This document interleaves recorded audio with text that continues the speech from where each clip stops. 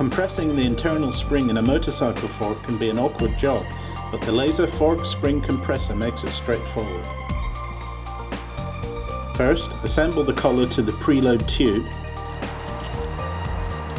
then attach the main shaft of the clamp. Operate the clamp to compress the spring.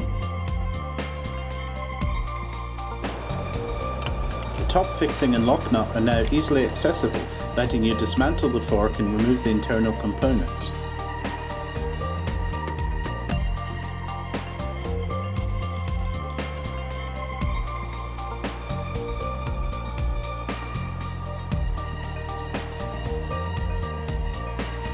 Another time saver from Laser Tools.